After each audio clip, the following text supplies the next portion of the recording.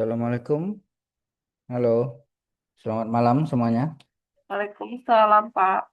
Malam, Pak. Oke, slide saya kelihatan nggak ya di layar? Kelihatan, Pak. Ah, ini sudah pernah kuliah belum Bu terkait corticosteroid ini? Kalau dilihat dari gambarnya sudah pernah belum kita bahas ya? Belum sepertinya, Pak. Belum ya. Oke, kalau gitu kita mulai aja terkait penggunaan hormon ini ya. Karena salah satu hormon yang paling banyak digunakan di praktiknya adalah hormon ini ya. Saya mulai kuliahnya, jangan lupa absen. Nanti sambil berjalan silakan kalau ada yang mau ditanyakan. Bismillahirrahmanirrahim. Assalamualaikum warahmatullahi wabarakatuh. Selanjutnya, ya ini hormon kortikosteroid. Ada yang bisa bantu jawab ini gambar-gambar apa ya yang di layar ini? Organ apa ini? Ginjal enggak, Pak? Ginjal, ya ya. Ini ginjal kelihatan di sini ya. Bentuknya ginjal kiri kayaknya. Ginjal kiri. Bisa sih ginjal kanan, tapi kalau dibalik nanti. Nah, ini di atasnya kelenjar adrenal, sorry. Ini yang menghasilkan suatu hormon yang kita kenal dengan hormon steroid. Ya, jadi adrenal di sini dihasilkan supaya membantu proses metabolisme. Nah, kortikosteroid adalah hormon steroid yang diproduksi oleh korteks adrenal dan memiliki berbagai fungsi penting dalam tubuh. Jadi sebenarnya kortikosteroid ini sudah ada di tubuh ya, yang kita pakai sering kita pakai itu dexamethasone, methylprednisolone dan lainnya. Teman-temannya itu sebenarnya dia berfungsi penting dalam tubuh ya. Proses sintesis hormon ini dimulai dari dari kolesterol yang diubah menjadi pregnenolone melalui serangkaian reaksi biokimia di dalam korteks adrenal. Proses ini melibatkan enzim-enzim tertentu dan terjadi di mitokondria serta retikulum endoplasma di dalam sel. Jadi dia sebenarnya sudah ada berasal dari kolesterol yang kita makan gitu ya. eh nah, umumnya adalah dia berfungsi untuk menghambat proses pembentukan prostaglandin dan dari reaksi inflamasi gitu ya. Ini ada dua mekanisme, yaitu ada kortikosteroid atau ada NSAID, non-steroid anti-inflammation drug. Nah, dua ini sama-sama untuk menghambat prostaglandin, tetapi pada lipooksigenase dia tidak dihambat oleh NSAID, sehingga ada fungsinya yang sama, tetapi ada penggunaan yang berbeda. Awal mulanya kita punya lemak, kita makan gitu ya. Nah, lemak ini akan dirubah menjadi asam arachidonat atau arachidonic acid. Arachidonic acid inilah menjadi cikal bakal LOX sama CHOX ya, siklooksigenase dan lipooksigenase. Di mana keduanya ini berfungsi masing-masing, di mana siklooksigenase ini untuk menghasilkan prostaglandin. Nah, prostaglandin inilah yang eh, berfungsi di dalam tubuh kita. Salah satunya misalnya untuk pelapis lambung gitu ya. Kalau misalnya ada CHOX ini, maka nanti terjadilah ekskresi mukus untuk melapisi dinding lambung gitu salah satunya. Dia juga misalnya perannya reaksi pembekuan darah misalnya gitu ya. Ini untuk CHOX. Ada dua nanti, ada CHOX satu, ada CHOX dua cabangnya di sini. Nah, sedangkan jalur satunya ada lipooksigenase atau LOX ya. Nah, di sini adalah reaksi inflamasi yang dihasilkan sehingga kalau dia misalnya ada alergi, LOX ini akan meningkat, gitu ya. Maka ada inflamasi mediator atau mediator inflamasi radang gitu ya. Misalnya leukotrien, ada alergi, makan ikan, inilah yang meningkat. Misalnya kalau di alergi, timbullah gatal-gatal, timbullah merah gitu ya. Makanya salah satu fungsi kortikosteroid menghambat dari jalur ini ya. Ini kortikosteroid perannya. Dia menghambat perubahan fosfolipid menjadi asam arachidonat, sedangkan NSAID menghambat proses eh, pembentukan prostaglandin dari CHOX ini ya. Makanya salah satu efek samping NSAID adalah juga eh, darahnya lebih encer ya. Jadi ini juga perlu dihati-hatikan kalau pasiennya menderita apa dia mengkonsumsi warfarin misalnya, heparin. Ya, karena bisa meningkatkan pengenceran darah. Sama, kortikosteroid juga nanti menjadi wanti-wanti, tapi eh NSAID lebih spesifik dia. Ini awalnya ya, kolesterol diangkut ke dalam sel korteks adrenal dan diubah menjadi pregnenolon oleh enzim P450-SCC atau side chain cleavage enzyme yang memecah rantai samping kolesterol. Ya, jadi kolesterol itu rantainya kompleks ya. Nah, inilah yang dipecah oleh enzim P450-SCC. Sehingga pregnenolon kemudian dimodifikasi melalui beberapa langkah enzimatik untuk menghasilkan hormon aktif seperti kortisol atau kita kenal dengan glukokortikoid dan aldosteron. Itu kita kenal dengan mineral kortikoid. Inilah cikal bakal suatu senyawa yang berfungsi untuk menghambat COX tadi. Produksi hormon ini diatur oleh aksi hipotalamus, hipofisis, adrenal.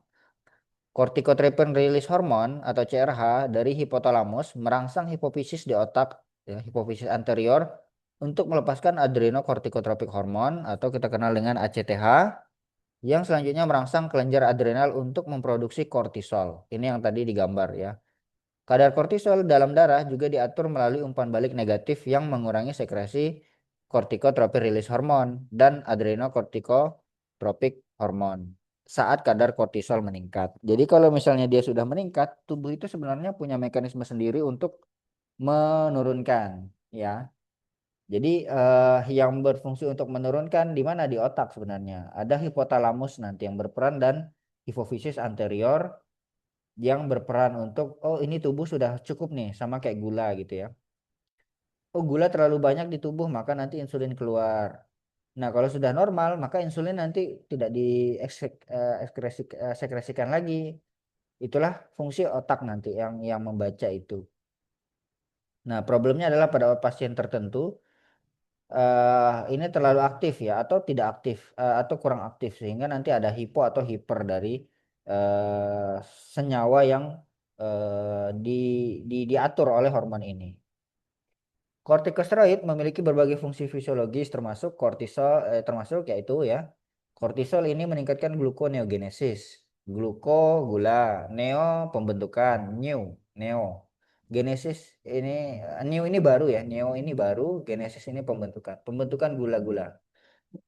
Ya, kortisol meningkatkan proses pembentukan glukosa dari sumber non karbohidrat serta mempengaruhi metabolisme protein dan lemak. Ya, ini membantu menjaga kadar gula darah dalam rentang normal. Nah, masalahnya dia mempengaruhi metabolisme, makanya ini kadang-kadang efek sampingnya adalah diabetes ya pada penggunaan steroid. Karena dia mempengaruhi, jadi kadang-kadang dia tidak bisa rem ini karena minum terus misalnya pasiennya. Aldosteron berfungsi untuk mengatur keseimbangan natrium dan air dengan meningkatkan reabsorpsi natrium di ginjal, ya, penyerapan kembali, yang juga berpengaruh pada tekanan darah.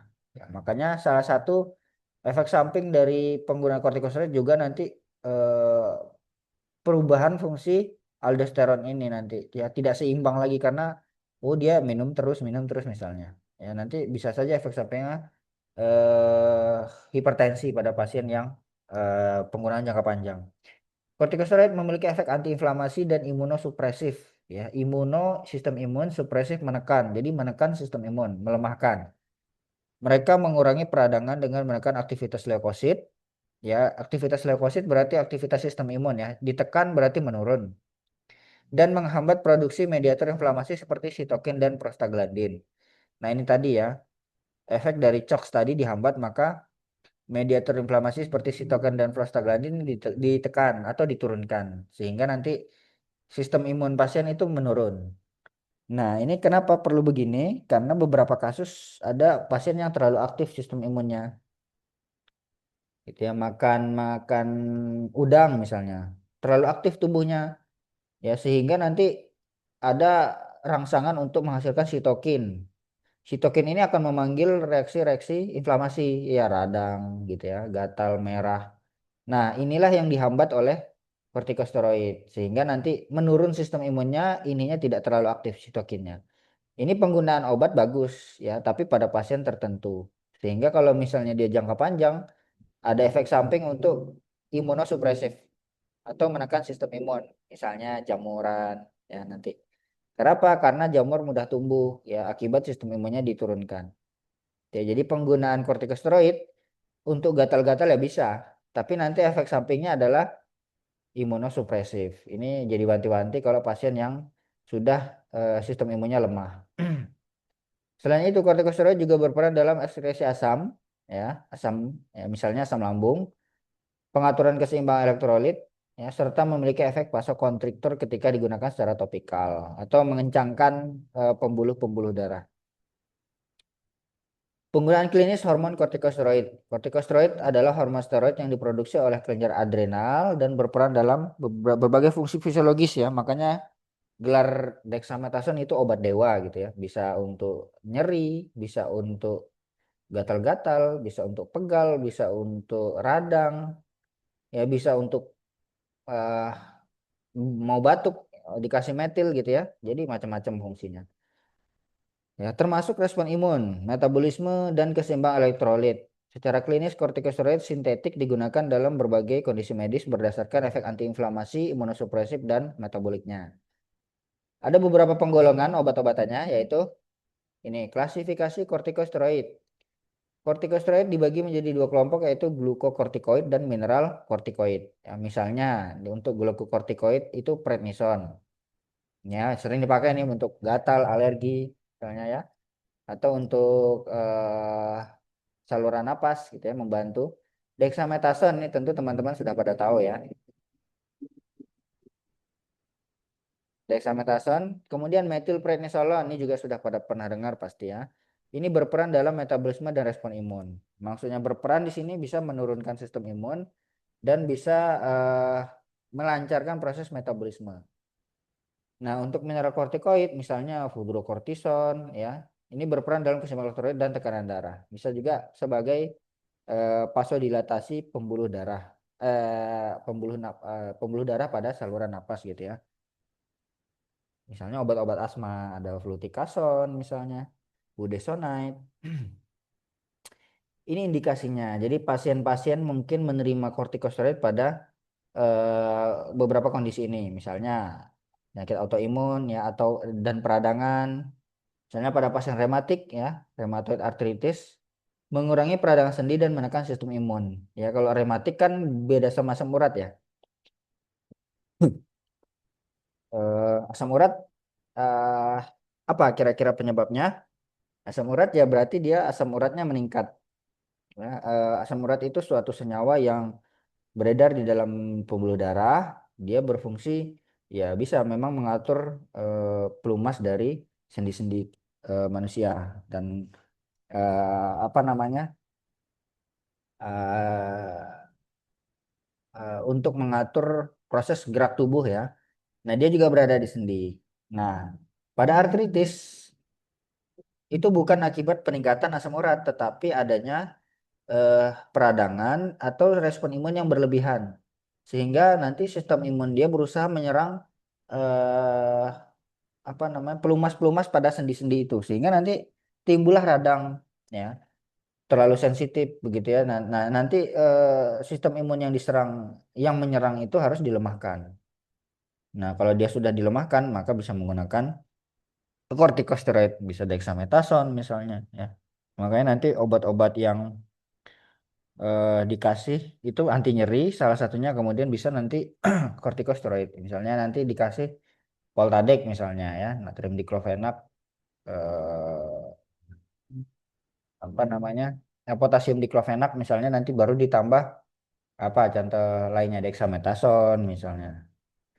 Ya, apa banyak lah ya ragamnya, bisa dexamethasone, bisa dipakai nanti methylprednisolone, macam-macam. Kemudian pada pasien lupus eritematosus sistemik ya, dia mengontrol flare up dan gejala sistemik ini juga untuk menekan sistemik ya. Sehingga nanti tidak terlalu ya ditekan walaupun tetap ada gejala-gejalanya ya setidaknya pasien tidak semakin mengalami indikasi klinis yang makin parah gitu ya. Kemudian penyakit radang usus IBD ya. Ini biasanya bisa saja konstipasi atau diare. Ya tergantung nanti IBD-nya jenis apa, bisa jenis konstipasi, bisa jenis diare. Nah, tentunya ini ada radang pada saluran cernanya. Maka nanti ini perlu ditekan juga.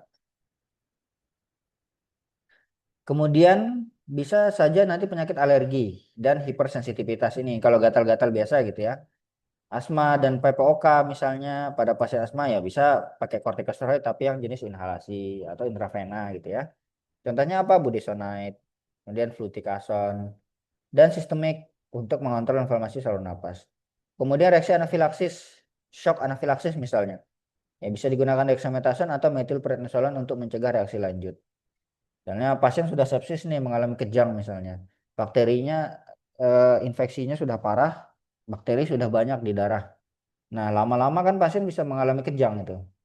Ya, dia berusaha melawan pertempuran di darah semuanya, maka pasien kejang bisa anafilaksis, maka nanti dikasih dexamethasone supaya tidak terlalu aktif sistem imunnya. Baru tetap dikasih antibiotik misalnya kalau untuk menekan bakterisida atau bakteriostatik.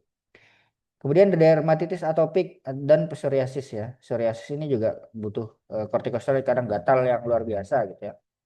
Maka bisa pakai topikal nanti biasanya kombinasi juga dengan oral. Nah, ini hati-hatinya kalau ada jamurnya ya. Kalau jamuran maka nanti dikasih dexamethasone tapi tetap gatal gitu ya. Karena jamurnya makin menjadi gitu ya. Makanya kombinasi yang laris di obat-obat di pasaran kan misalnya pikang swang gitu. Itu kan ada kortikosteroid tapi ada anti jamur juga, ada antibiotik digabung semua di situ. Ampuh nggak ampuh, tapi salah satu efeknya adalah dia tidak spesifik ya semua obat dikasih. Ada efek samping tertentu yang dialami beberapa pasien ya. Penggunaan dalam onkologi, dalam kanker ya, pada leukemia dan limfoma, kortikosteroid seperti prednison sering digunakan dalam kemoterapi untuk menekan sel kanker. Kemudian pada pasien yang edema cerebral di otak ya, akibat tumor otak, maka dikasih dexamethasone mengurangi pembengkakan. Kemudian gangguan endokrin nih, gangguan hormon, ada insufisiensi adrenal, misalnya dipakai fludrokortison dan hidrokortison untuk menggantikan hormon yang kurang. Kemudian krisis adrenal nih, misalnya terapi darurat dengan kortikosteroid intravena untuk mencegah shock, gitu ya. Antibiotik yang digunakan tetap dikasih, misalnya tadi ada kejang akibat bakteri di darah, gitu ya. Nah, krisis jadinya kan pasien sudah kejang maka harus dikasih kortikosteroid untuk pasien supaya bisa terkontrol lagi tubuhnya. Kemudian pasien yang mengalami transplantasi organ, ya, jadi tubuhnya kadang tidak menerima organ-organ baru gitu. Misalnya pasien donor ginjal, menerima ginjal, kan dianggap zat asing gitu ya. Jadi diserang nanti sama tubuhnya. Mau dia leukositnya menyerang, mau interleukin misalnya, atau natural killernya. Nah, nanti bisa saja digrogoti ginjal-ginjal yang baru itu. Nah, pada penggunaan kortikosteroid supaya tidak terjadi itu, maka digunakan obat-obatan seperti siklosporin atau tacrolimus. Bisa intravena dari dexamethasone juga. Kemudian pada penyakit saraf, multiple sclerosis misalnya, dexamethasone atau methylprednisolone bisa digunakan. Kemudian pada miastenia gravis sebagai terapi tambahan untuk menekan imun juga. Nah, ini gambaran sepsis ya. Kalau teman-teman di rumah sakit pasti sudah pada tahu sepsis. Ya, ini misalnya contohnya banyak sebenarnya ya. Contohnya meningitis bakterial. Kortikosteroid diberikan untuk mengurangi inflamasi di otak. Sepsis berat dengan shock septic hidrokortison dapat digunakan jika pasien merespon terapi standar. Ini misalnya di paru-paru nih, udah parah, sobek ternyata di pembuluh darahnya. Bakteri yang di paru-paru masuklah dia ke darah. Nah, terjadilah pertempuran antara sel imun dengan bakteri di sini ya, di darah. Seluruh tubuhnya mengalami pertempuran gitu ya, ada sel leukosit melawan bakteri. Maka terjadilah disfungsi organ ya, banyak nih jantung, ginjal, hati, paru-paru, otak sampai nanti kematian. Nah, ini yang kalau tidak dicegah pertempuran ini, kalau sudah parah ya pasien bisa kejang. Nah, inilah fungsi dari kortikosteroid. Tapi sayangnya ada efek samping ya dari penggunaan steroid ini, ada hiperglikemia karena dia mengatur metabolik. Jadi tubuhnya terbiasa minum dexamethasone lama-lama gitu ya. Nah, karena kebiasaan diatur metabolismenya jadi tidak berfungsi otomatis lagi tubuhnya. Ya, begitu dia makan ya sudah butuh obat untuk proses metabolik. Ya. Maka gulanya nanti tidak terkontrol lagi lama-lama. Maka penggunaan 10 tahun, 20 tahun dexamethasone hati-hati. Hiperglikemia, kemudian diabetes steroid, kemudian osteoporosis. Ini juga pembentukan tulang jadi kropos ya. Efek kardiovaskular misalnya hipertensi, retensi natrium dan edema ya. Kemudian efek imunologis misalnya infeksi kemungkinan akan lebih mudah kena pasiennya. Ya, kemudian efek endokrin pada hormon, supresi adrenal, kemudian sindrom Cushing, salah satunya Moonfest ya. Kemudian penaikan berat badan. Moonfest itu wajahnya jadi bulat. Kalau pas teman-teman mungkin pernah minum susu yang buat menambah berat badan, nah kalau dia ada steroidnya, mukanya bisa bulat nanti. Tiba-tiba membulat gitu ya. Dari dia tidak berisi badannya, ya, terus dia minum susu yang digoncang-goncang itu, yang harus digoncang di dalam botol gitu ya. Nanti penggunaan seminggu 2 minggu, terus pipinya langsung tembem. Gitu. Itu Moonfest, efek samping dari corticosteroid hormon. Nah, kalau dia berhenti minum itu, maka Moonfest-nya hilang pelan-pelan nanti. Nah, ini kendalanya juga. Jadi penurunan terapi tidak bisa langsung di stop pada pasiennya. Harus ada tapering dose atau penurunan pelan-pelan. Ini contohnya, misalnya dari 25 jadi 15. Jadi dari 15 jadi 10, 10 jadi 5, 5 jadi 2,5 baru dilepas obatnya. Jadi nggak bisa langsung di stop untuk penggunaan jangka panjang ya. Karena bisa menjadi kebalikannya. Misalnya pasien gatal-gatal dapat obat ini gitu ya. Misalnya apa ya yang 25 apa? Poltadek, bukan gatal-gatal ya Poltadek ya. Eh, Anggaplah Poltadek ya untuk anti nyeri misalnya. Enggak usah lah, kortikosteroid lah misalnya dexamethasone gitu ya. Dapat 0,75. Nah, penurunannya pelan-pelan 0,75 gitu ya, 0,5, 0,5, 0,5 pelan-pelan terus ya. Awalnya aja seminggu 4 kali misalnya, jadi seminggu 2 kali pelan-pelan. Nah, kalau tiba-tiba kalau penggunanya misalnya untuk gatal-gatal, kalau dia stop tiba-tiba, pas di stop habis AUC-nya, area under curve atau kadar obat dalam darah, maka gatal-gatalnya bisa lebih parah dari biasanya. Karena itu ada apa namanya peningkatan secara drastis efek yang biasa dia hambat. Ini bagaimana efek penghambatan dari glukokortikoid ya, dari sistem inflamasi. Ya, misalnya selnya makrofag dan monosit. Ini sel leukosit nih, monosit. Makrofag itu sistem imun yang untuk makan-makan bakteri. Kemudian ada endothelial cells ya, sel endotel. Ini juga berperan sebagai sistem imun ya. Kemudian ada basophil, ini juga leukosit. Fibroblast juga ini asam arachidonat, acid metabolism. Ini juga eh, fungsinya seperti imun. Apa makrofag dan monosit juga ini bekerja sebagai sistem imun. Juga dalam proses pembentukan pembekuan darah ya. Kemudian ada limfosit. Limfosit juga sistem imun. Ini yang paling penting untuk infeksi. Ini bagaimana gambaran mekanisme kerja kortikosteroid ya. Dia menghambat seluruhnya sebenarnya. Ya, makrofag untuk makan bakteri, natural killer untuk bunuh sel musuh ya. Ada interleukin, ada T cell ini limfosit T, ada T helper 1, T helper 2, kemudian meningkatlah kematian sel atau apoptosis. Ada limfosit B ya, sistem imun. IgG atau imunoglobulin ini akan menurun, terjadi kematian sel meningkat. D sel dendritik ya. Interleukin 12 juga di sini ya. Sehingga terjadilah penurunan sistem imun di sini. Makanya kalau dia sistem imunnya terlalu aktif, gatal-gatal hilang gitu ya. Nah, masalahnya sistem imun penting untuk pertahanan tubuh. Jadi ya dia lebih mudah terinfeksi pasiennya. Ini contoh obat-obatannya ya, ada hidrokortison, kortison, fludrokortison, prednison, metilprednisolon, triamcinolone, betametason, dexamethasone dan banyak lagi obat-obat lain. Ya, masih ada budesonide ya, fluticasone. Ini contoh lainnya juga. Ini eh, penggunaannya ada tipe untuk sediaan, ada topikal ya, ada inhaler, nasal topikal, ada injeksi, ada oral nih, ya, betametason banyak. Ya.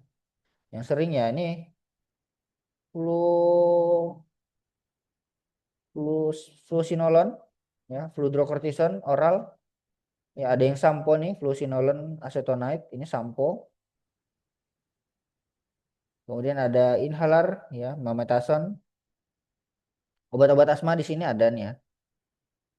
Mana inhaler? Inhaler. Di sini berarti ya, ini inhaler nih. Beclometasone, budesonide. Ya, inhaler berarti dia untuk asma nih. Asma kan salah satu reaksi inflamasi ya. Kenapa sih inflamasi bisa menyempitkan napas? Ya karena di situ ada eh, reaksi dari suatu alergi akibat penyempitan pembuluh pembuluh napasnya, pembuluh darah di saluran napas. Ya, salah satu efek samping kaptopril misalnya dia kan menyempitkan pembuluh napas ya, pembuluh darah di napas sehingga nanti batuk kering efek sampingnya. Nah, ini meluangkan itu, mencegah respon imun di pembuluh napas sehingga ada sediaan inhalernya nih. Kemudian cyclesonide ya. Mana lagi yang inhalasi? Nih, flunisolide. Jadi tapi ini biasanya beberapa cuman tersedia di Indonesia.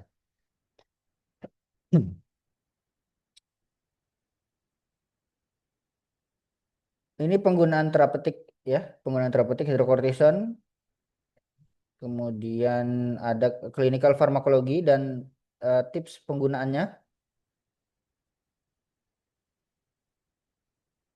Ya ini betamethasone, salep misalnya dermatitis ya, atopic dermatitis, vitiligo misalnya, psoriasis, dexamethasone ya molecular disease, misalnya tadi degeneration, kemudian edema, retinal pena occlusion ya. Jadi ada sampai misalnya gangguan pada mata, gatal misalnya ya. Ini ada asma ya, beclometasone, budesonide, cyclesonide, flunisolide, asma, ini chronic obstructive pulmonary disease atau kita kenal PPOK. Ini ada rinitis alergi, ya pilek misalnya, rhinositosis, sorry bukan rinos obatnya ya. Nasal polyposis, ya. Tapi ada juga yang misalnya dia mengalami operasi pada akibat sinus surgery, maka bisa dikasih ini. Sampai sini ada mau ditanyakan nggak kira-kira? Bapak izin bertanya, Pak. Oke, boleh. Eh, izin Sari ya, bertanya, Pak. boleh ya. Iya, Pak. Nah, Eh, jadi dulu kami tuh pernah alergi udang. iya. Terus kami tuh dulu pada saat alergi udang tuh, Pak, eh, waktu kecil tuh eh, disuruh makan udang, tapi tetap Heeh. dikasih Dexa. Tapi lama-lama kami tuh jadi nggak alergi udang. Itu emang pengaruh gitu ya, Pak, berarti? Banyak kasus begitu ya. Jadi eh, dulu dia pengaruh, dulu dia sakit gatal gitu ya, alergi. Nah sekarang kok tiba-tiba bisa hilang alerginya gitu ya? Maksud kamu apakah pengaruh dexamethasone atau gimana? Iya, Pak.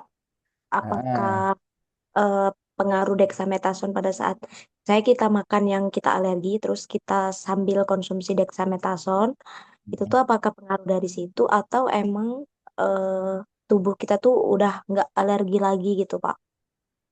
Ya, jadi tubuh itu sebenarnya dia bisa belajar dari ada namanya sel T memory.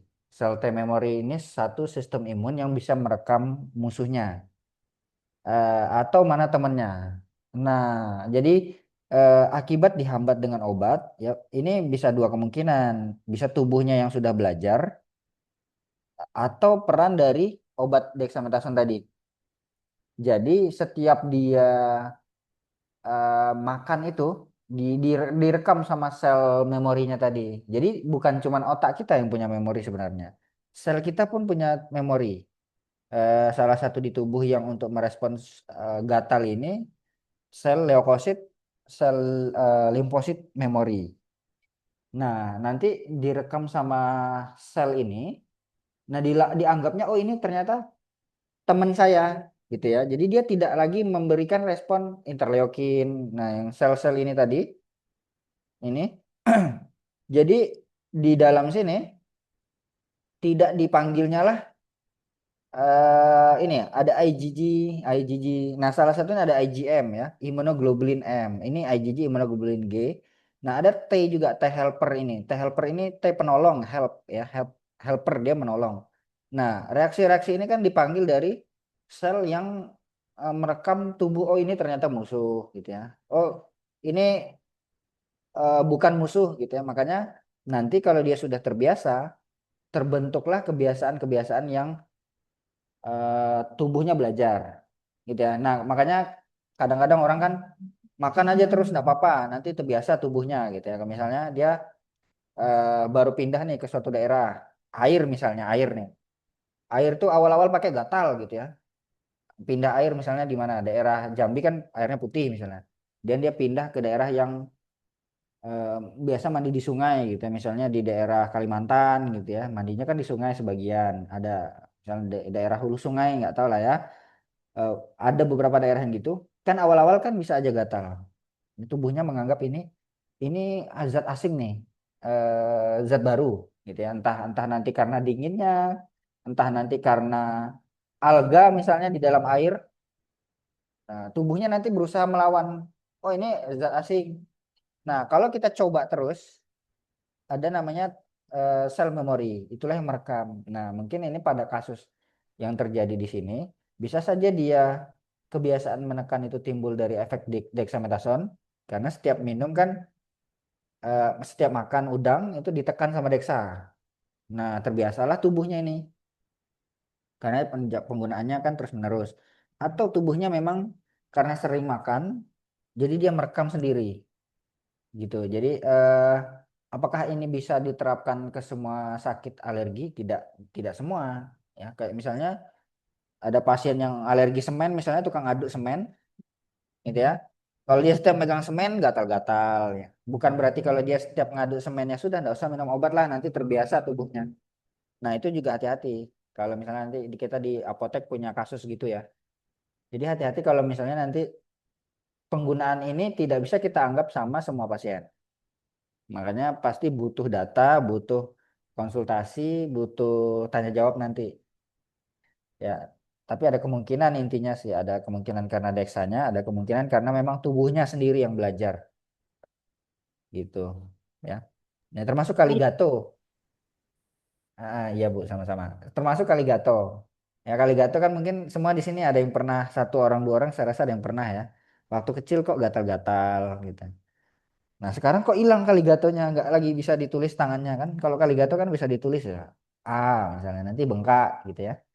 Kalau digaruk tuh timbul bengkak-bengkaknya. Nah itu kan beberapa tahun aja bisa hilang. Tapi apakah semuanya bisa? Bisa semuanya bisa. Sorry. Apakah semua pasien begitu? Ada juga yang tidak begitu. Jadi tergantung nanti apa namanya tubuhnya gimana, bahkan mungkin makannya bergizi atau enggak ya, tetapi bukan untuk mengatasi stunting ya, tapi ini tentunya untuk pembentukan sel-selnya, tapi bukan cikal bakal stunting kalau kaitannya nanti sama makanan. Gitu, mungkin kasusnya itu umum ya, tapi tidak bisa kita samakan dengan seluruh pasien untuk terapi. baik Pak. Terima kasih Pak atas penjelasannya. Iya, sama-sama Bu. Nah, itulah gunanya nanti kalau farmasi itu tahu nilai lab. Jadi kalau di rumah sakit kan kita kadang baca darah lengkap bingung kan.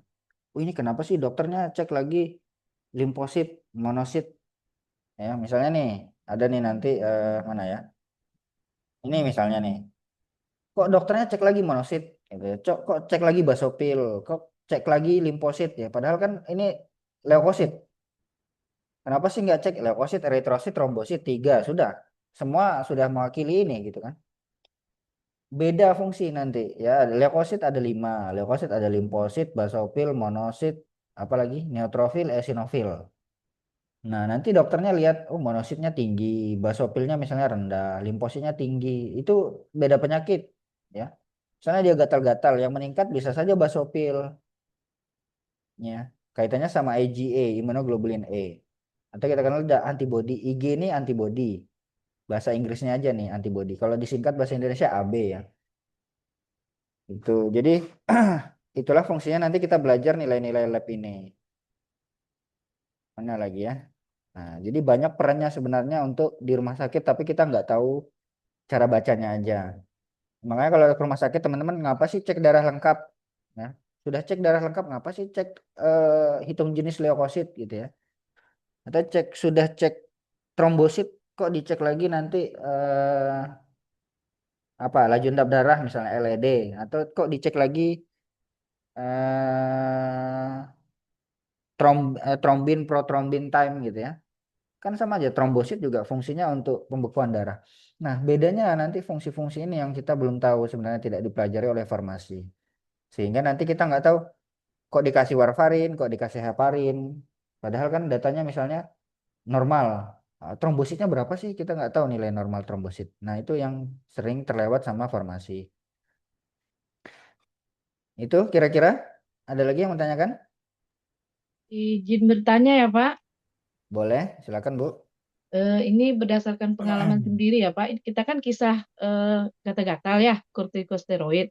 Ah, ah. Nah, kenapa kalau berobat gatal-gatal itu, baik itu misalnya gatal-gatal alergi atau gatal sejenis psoriasis atau Ah, gatal di ah. kaki, dokter kulit itu memberikan asam folat dan vitamin D3. Kira-kira Asam, apa hubungannya ya, Pak ya? Saya penasaran gitu.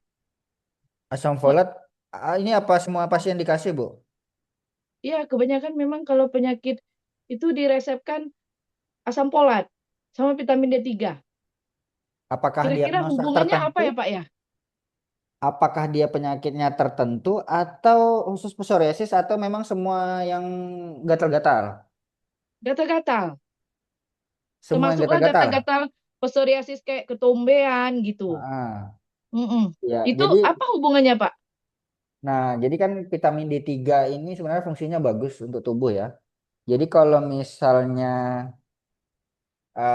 D3 sama asam folat itu pasti dia dikasih obat lain tetap Bu. Jadi bukan sebagai terapi untuk gatalnya sebenarnya. Ya, betul. Dia Dikasih obat pasti lain. ada Maksud obat saya kok gatal. dikasih asam folat gitu.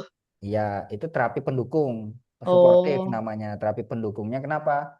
Karena kalau eh, kita kan tahu kan asam folat untuk ibu hamil, penting iya. kan? Nah, D3 untuk bayi, penting kan? Vitamin D. Eh, Banyak bayi stunting di Indonesia karena kekurangan vitamin D, justru salah satunya. Kenapa sih kok vitamin D ya? Itu kan jadi pertanyaan. Ibu kalau misalnya ngurus anak nih, anaknya kurang makan, biasa dokter kasih vitamin D juga kan? Selain asam folat. Jadi ada peran dari asam folat sama vitamin D ini untuk regenerasi sel. Gitu. Proses pembelahan sel dari tubuh. Kenapa kulit di sini padahal kan dia gatal-gatal bukan pembelahan sel. Ya gatal-gatal itu proses regenerasi selnya jadi lebih cepat di kulit. Jadi tubuhnya mudah mengganti kulitnya nanti. Itu harapannya. Oh, gitu. Iya, jadi kalau misalnya dia garuk kulit itu, kalau lambat bergantinya, makin lama kan proses terapinya. Sehingga dia tetap kasih obat terapi gatal-gatal entah dia nanti pakai dexamethasone misalnya atau dia kasih triamcinolone misalnya untuk alis entah topikal entah oral entah intravena tergantung tapi misalnya dia kasih asam folat D3 berarti dia berharap ada proses regenerasi sel yang cepat gitu ya sehingga nanti sel baru yang tumbuh itu lebih bersih lebih steril misal bukan lebih steril ya lebih bersih lah ibaratnya gitu umpamanya nah makanya nanti dia harap itu yang terjadi. Ini sebenarnya ilmu yang spesialis ya, dokter spesialis. Karena kalau dokter umum biasanya nggak sampai sejauh ini gitu ya. Tapi ya memang iya, memang untuk sebenarnya banyak kaitannya D3 itu sama asam folat. Kadang-kadang kalau farmasi ngaji ini kok apa namanya farmakoekonominya kena nih. Cost minimalization analysis misalnya, tidak minimum biayanya, tidak efektif gitu ya. Pasien cuma sakit gatal-gatal kok biayanya sampai 500.000 gitu misalnya. Karena dikasih D3 entah D3-nya mereknya apa nanti yang mahal itu, yang untuk bayi ya, yang drop misalnya ya. Asam folatnya yang mahal pula misalnya. Ya kalau yang murah untung-untung gitu kan. Tapi kalau dokter spesialis biasa pasien sudah siap-siap prepare untuk biaya. Makanya dia lebih cepat terapinya. Gitu. Jadi kajian-kajian ini tidak ketemu di buku. Kajian-kajian ini ketemunya di jurnal penelitian. Penelitian yang mereka itu kalau sekali pelatihan kan rajin, apa maksudnya jor-joran untuk pelatihan kan, karena membahas perkembangan ilmu-ilmu yang tidak ada di buku sebenarnya. Gitu. Paling kalau saya sih analisisnya mungkin kemungkinan ada terapi suportif untuk proses regenerasi sel, Bu. Tapi tidak selalu ya. Oke. Terima kasih, Pak. Iya, sama-sama. Tapi jangan pula nanti teman-teman kalau gatal-gatal pasien dikasih asam folat ya, nggak juga, nggak bisa juga kan asam folat atau D3. Tapi dia membantu suportif. Oke, kalau gitu satu pertemuan lagi kita lanjut ke berikutnya ya. Eh, apa lagi ya? Karena ini kardiovaskular, saya rasa masuk untuk, nah sekalian lah kita ngomongin ini ya. Sekalian kita ngomongin sistem imun. Ini kita lanjut ke imunomodulator ya, sistem imun. Karena terkaitan juga di kardiovaskular, sistem imun beredar di darah. Slide saya sudah kelihatan belum ya? Sudah, Bapak. Sudah. Ini sudah pernah ketemu kita untuk imunomodulator gambarnya ini? Belum, Pak. Belum ya? Oke.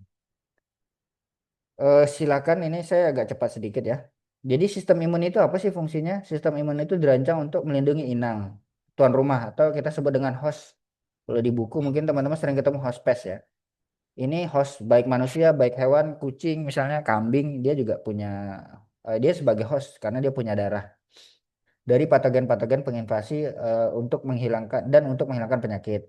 Sistem imun terdiri atas imunitas alamiah atau non spesifik atau innate dan imunitas yang didapat spesifik atau adaptif. Kedua sistem imun bekerja sama dalam mempertahankan keseimbangan tubuh. Jadi ada dua nih, ada alamiah, ada didapat. Ini penggolongannya, ada sistem imun alamiah atau bawaan, misalnya nih kulit. Kita dari lahir sudah punya kulit ya, hampir merata. Ada nggak yang nggak punya kulit? Ada bayi yang nggak punya kulit, tapi itu kelainan. Orang normal maka dia punya kulit. Ya, nah inilah yang disebut dengan bawaan. Jadi dari lahir sudah ada gitu ya. Misalnya juga ada komplement, ya lisozim, enzim. Ya, misalnya di mulut kita ada air liur itu bawaan dari lahir.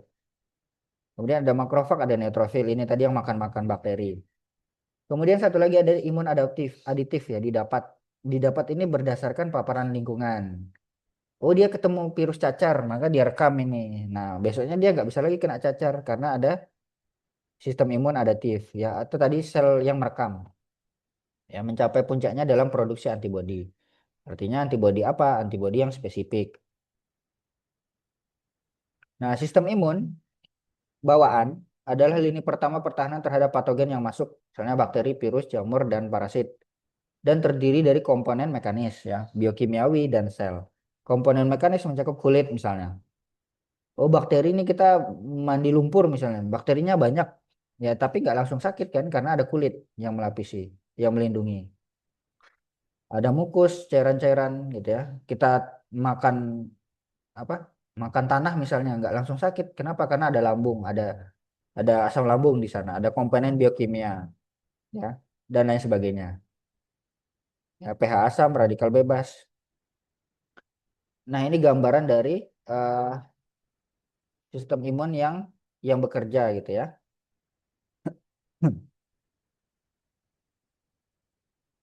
Nah, ini komplement C1 sampai C9 ya.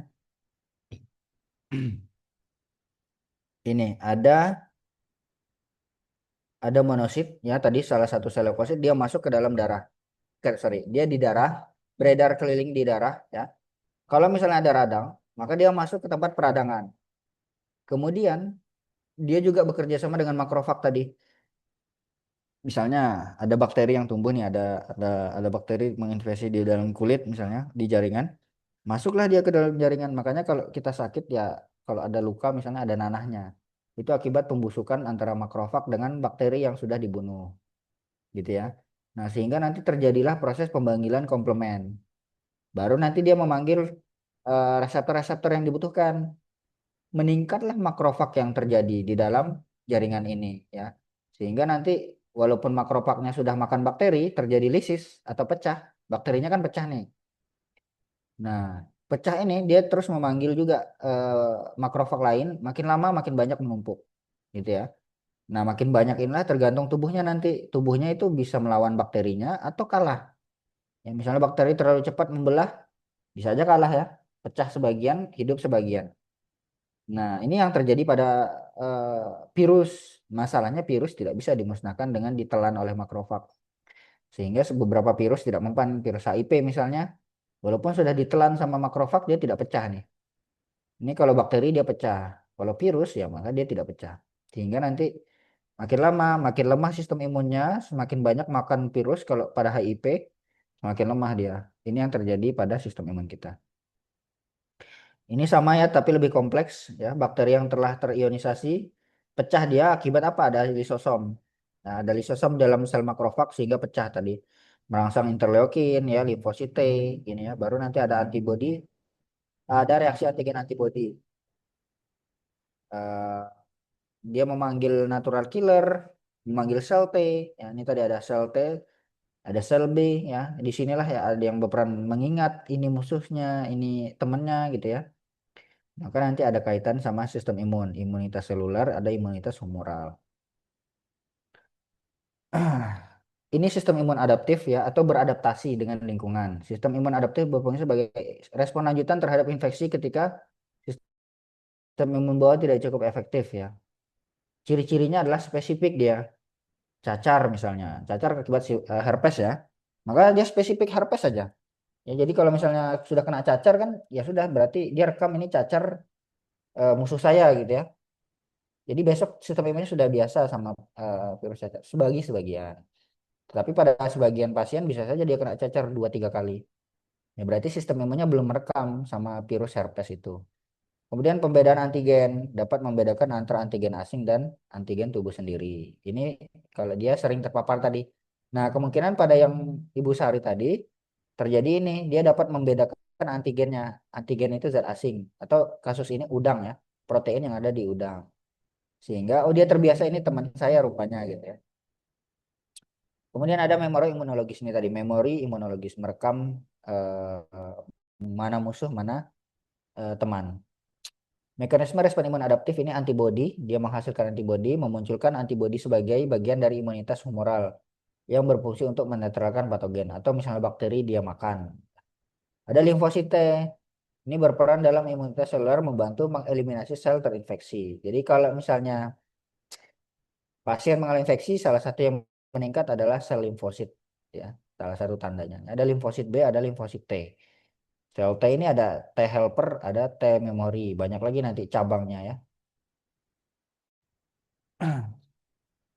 Hipersensitivitas ini kerusakan jaringan terlalu aktif sistem imunnya. Makanya tadi ada timbullah 5 ciri infeksi atau ciri radang ya. Ada kalor panas, sorry, rubor merah, kalor panas, tumor bengkak, ya. Kalor, rubor, tumor, dolor, fungsi olesa itu bahasa umumnya.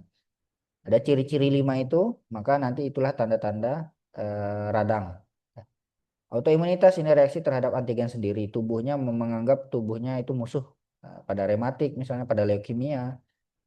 Kemudian ada imunodefisiensi, rusak sistem imunnya. Beberapa penyebabnya misalnya abnormalitas sistem imun tidak normal bawaan lahir misalnya ya. Kemudian meningkatkan kerentanan terhadap infeksi, ya misalnya juga akibat obat dexamethasone, steroid tadi, atau akibat virus HIV misalnya. Ya, pasien HIV kan ciri-cirinya salah satunya mulutnya berjamur. Kalau sudah parah, maka itu tanda-tanda sistem imunnya sudah defisiensi, lemah, ditekan oleh virus. Ini tipe hipersensitivitas tipe 1 ya. Mekanismenya diperantarai oleh IgA, imunoglobulin A. Waktu reaksinya terjadi dalam 1 jam setelah terpapar alergen. Ini yang tipe 1, reaksi segera. Contohnya alergi makanan, asma, rinitis alergi, anafilaksis. Kemudian ada tipe 2. Ini reaksi sitotoksik yang melibatkan antibodi imunoglobulin G atau IgG atau imunoglobulin M, IgM yang menyerang sel tubuh sendiri. Reaksi dapat terjadi dalam beberapa jam ya, tapi kondisional, tergantung tubuhnya. Contohnya apa? Anemia hemolitikum ya. Sel darah merahnya cepat pecah gitu ya. Penyakit Graves, penyakit anggur ini. Dan reaksi penolakan pasca transplantasi organ. Kemudian ada hipersensitivitas tipe 3, penyakit kompleks sistem imun. Terjadi ketika kompleks antigen antibodi terbentuk dan mengendap di jaringan memicu peradangan. Kalau teman-teman pernah cek golongan darah, nah itulah yang dimanfaatkan di sini nih.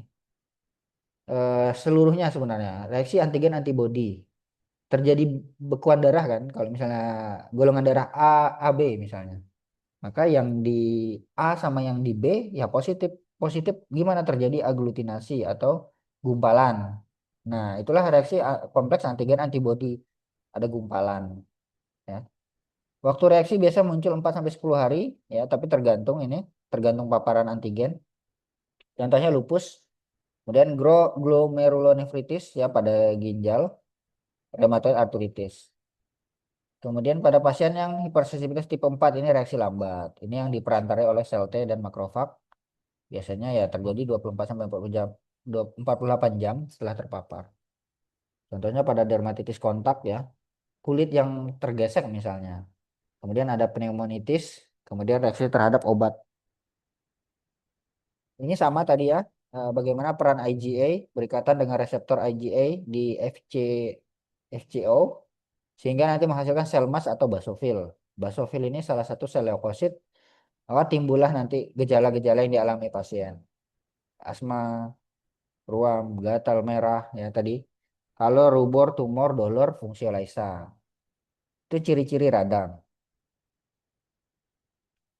Imunomodulator ya, jadi ada dua golongan imunomodulator, ada stimulan merangsang meningkatkan, ada supresan menekan menurunkan. Nah, apa agen-agennya? Ini contohnya ya. Ada interferon. Ini interferon ada normal dalam tubuh ya, tapi bisa dijadikan obat, tapi mahal biasanya harganya. Interleukin juga, ada TNF alfa juga. Nah, ada eritropoietin. Nah, ini untuk donor biasanya pakai eritropoietin salah satunya. Kemudian timopoietin. Ini untuk produksi sel darah merah. Kemudian ada contoh obat levamisol juga. Nah, ini sering juga dipakai untuk terapi ya. Kemudian ada BCG, ini vaksin ya. Bacilli Calmette Guerin digunakan imunisasi melawan tuberkulosis. Bekerja melalui pengaktifan makrofag untuk membunuh sel. Basil ini basil artinya bakteri, basil ya. Bakteri batang ya kan. Bakteri kan ada dua, kokus dan basil. Nah, ini basil. Pada pasien apa? Biasa TBC nih, tuberkulosis. Kan penyebabnya adalah Mycobacterium tuberculosis, di mana bakterinya bentuknya batang kan kalau di pewarnaan Ziehl-Neelsen ya, pewarnaan TBC. Kemudian ada isoprenosin sama meningkatkan sitotoksic sel pembunuh alami. Kemudian ada timosin ya, ini hormon protein diisolasi dari kelenjar timus ya. Jadi bisa saja obat-obatan ini diambil dari hewan misalnya. Ini sitokin interferon ini kan sudah ada di tubuh sebenarnya. Ya dipisahkan, dimasukkan ke, disuntikan ke pasien. Nah, di mana sih asalnya? Bisa aja nanti dari mencit, dari tikus, dari kelinci, ya dipisahkan plasmanya, diambil sel-sel ini, ya. Diambillah interleukinnya, diambil interferonnya, makanya harganya mahal dibandingkan tablet biasa. Ini daftar obat-obatannya ya. Apa fungsinya banyak ya, ada antivirus, onkostatik, mengaktifkan sel natural killer, banyak ya. Kemudian ada eritropoietin, produksi sel darah merah, nah, trombopoietin, produksi trombosit. Ya. Ini contoh di pasaran, tapi biasanya tidak semuanya ada ini di luar negeri. Ya. Jadi bukunya dari buku Dipiro ini. Misalnya ada abatacept, contohnya Orencia di pasaran. Ya. Dan ada Limumab misalnya, monoklonal antibody, mereknya apa? Humira. Parenteral ini 20 sampai 40 mg per pial. Ini mahal ya. Ada Limumab monoklonal antibody. Kemudian ada agen imunostimulasi, ya bahan tanaman herbal, misalnya apa? Imbus misalnya. Itu pasti tahu, teman-teman tahu lah imbus ya. Produk herbal ya Echinacea. Echinacea ini nah, Echinacea. Ini ekstrak meniran misalnya, daun kelor gitu-gitu ya. Ini imunostimulan, merangsang, meningkatkan. Kemudian apa? Vitamin-vitamin. Ya, Enervon C misalnya, apalagi Hevit C, yang tadi asam folat. Habis itu vitamin D ya. Itu padahal kan sepele. Vitamin D di mana didapat? Di berjemur matahari misalnya. Tapi kalau nggak berjemur ya nggak dapat. Minum vitamin D aja nggak cukup. Makanya anak-anak beberapa kasus disuruh berjemur gitu ya. Ini ya termasuk ginseng dari Korea kan sudah pada tahu kan ginseng asalnya Korea. Ya, ini terkenal dengan senyawa imunostimulan. Ini ada vitamin C, ada E, ya, ada selenium, ada Z apa? Seng ya, Zn, tembaga, ya. Vitamin B6 misalnya folat, B12, ya. Vitamin A bukan cuma untuk mata gitu ya. Vitamin D ya, asam folat, madu, ini ya. Penyakit agen imunosupresi, agen-agen imunosupresi yang menekan yang tadi ya kortikosteroid tentunya pasti ada di sini kortikosteroidnya. Nih, kenapa kaitannya sama eh, apa namanya organ-organ tertentu ya karena dia apa transplantasi organ karena dia membantu proses pengenalan organ baru ginjal karena ditekan sistem imunnya. Ini tadi ya sebenarnya di dalam gambaran sel aja sebenarnya ada APC antigen presenting cell ini ya bagaimana respon tubuh berkaitan dengan eh, apa namanya dengan sel T tadi limfosit ya, banyak eh, yang harus dipelajari di sini banyak ya nggak cukup kalau satu malam ini. Ini tadi glukokortikoid yang untuk imunosupresan menekan ya ada kemudian ada antimetabolit azathioprine, mycophenolate, mofetil ya. Kemudian ada penghambat kalsinerin, makanya siklosporin bisa untuk donor ginjal tadi ya, tacrolimus, sirolimus misalnya. Nah, kemudian golongan monoklonal antibody, basiliximab, alemtuzumab, ya. Kemudian ada golongan lain, leflunomide sama fungilomide. Tapi di Indonesia jarang. Salah satu kendalanya adalah harga ya, mahal. Ini indikasi ya, saya kira sudah monitoring. Apa yang dimonitoring banyak sebenarnya ya, level darah, fungsi organ, ya, karena dia eh, dosisnya itu individual ya, jadi beragam. Jadi kadang-kadang overdosis, nah, maka hati-hati toksisitasnya. Pencegahan infeksi karena dia ditekan sistem imun maka mudah kena penyakit, maka dilihat eh, tubuhnya ya, apakah gampang sakit atau enggak nanti kalau dikasih banyak dexamethasone. Kemudian ada yang harus diperhatikan harus ada konseling nih, hindari paparan infeksi ya, laporkan gejalanya ke nakes. Ini kasus saya rasa nggak perlu lah ya. Ini sumber obat yang digunakan pada kasus ya. Saya kira itu ada yang mau ditanyakan nggak terkait ini? Dua pertemuan ya, kortikosteroid sama imunomodulator. Imunomodulator, bisa ditingkatkan, bisa diturunkan tergantung tubuh pasien. Apa ini pertemuan terakhir ya? Kayaknya ya. Iya Pak, ini yang terakhir tapi absennya belum dibuka Pak yang terakhir Pak. Oke, saya buka ya. Ini 9.15 sampai 10.15 nanti, sejam. Oh, oke Pak. Ada yang mau ditanyakan sampai sini? Ini pertemuan terakhir, jadi kita sudah selesai ya Pak? Selesai, tinggal ujian ya. Siapa PJ-nya? Kapan? Najwa. Kami Kapan Pak, UASnya Pak? Najwa Pak. Oh iya. Nah, nanti mungkin minggu depan aja ya. Sesuai jadwal aja lah. Oh, oke Pak. Terima kasih Pak. Em, bentuk ujiannya nggak tahu nih. Saya belum buat soal. Jadi, yang kemarin yang belum ujian itu eh, ingatin saya ya nanti entah nanti ganti tugas tapi tidak bisa sama dengan yang udah ujian. Jadi mungkin ada sedikit pertimbangan nanti yang ujian yang nggak telat. Baik Pak. Eh, ini mata kuliahnya kardiovaskular.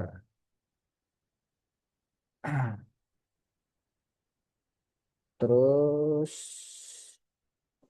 Bapak nanti boleh dikirim Pak untuk PPT-nya.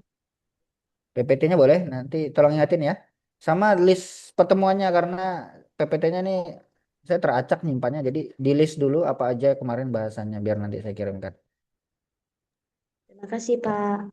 Oke, sama-sama. Tanggal 25 Juni.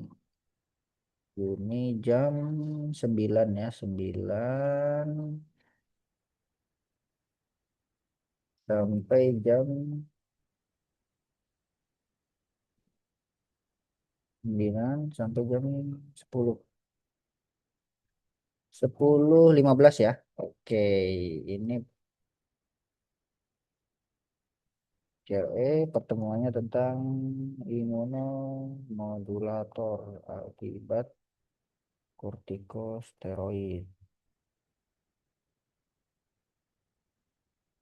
Em, eh, untuk absen malam ini belum, yang jam 8 belum juga ya? Jam 8 udah kan tadi kan? Yang jam 8 udah, Pak. Oke. Oke, ini yang jam 9. Oke, sip. Udah bisa itu di absen, coba dicek. Nanti kalau belum kabari saya di PJ Najwa. Saya Erik kuliah malam ini, semoga bermanfaat. Kalau ada salah kata selama ngajar, saya minta maaf, minta minta halal, minta ridho. Kalau ada pertanyaan boleh disampaikan untuk selanjutnya, nggak apa-apa juga. Wabillahi taufiq wal hidayah. Assalamualaikum warahmatullahi wabarakatuh. Selamat malam semuanya. Waalaikumsalam. Waalaikumsalam warahmatullahi Terima wabarakatuh. kasih, Pak. Terima kasih, Pak. Terima kasih, Pak.